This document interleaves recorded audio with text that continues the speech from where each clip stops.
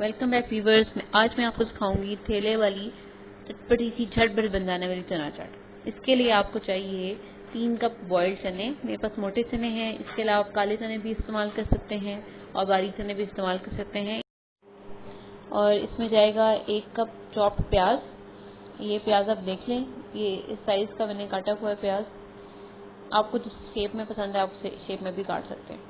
इसके अलावा 1 कप इसमें जाएंगे बॉइल्ड आलू, उसकी शेप भी अपने हिसाब से आप एडजस्ट कर सकते हैं। और 3 से 4 चॉप हरी मिर्चें। इसके साथ मसालों में मेरे पास और 1 चुटकी अजवाइन भी डालूंगी मैं इसमें। अब ये सारे मसाले जो हैं हम चनों के अंदर डाल देते हैं। इसके साथ जो है प्याज भी डाल देंगे और आलू और हरी मिर्चें भी डाल देंगे। अगर आपको हरी धनिया और टमाटर इसमें पसंद है तो वो भी डाल सकते हैं।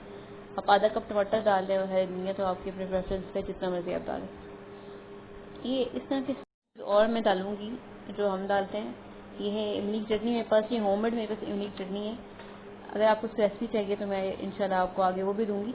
लेकिन अगर आपके पास इमली की चटनी नहीं है या आप बाज़ार से भी जो है ये बॉटल में मिल जाती है कैंड, वो इस्तेमाल कर सकते हैं या फिर इमली का गूदा आप इसे इस्तेमाल करें। ये इसके अंदर जाएगा तकरीबन आधा कप।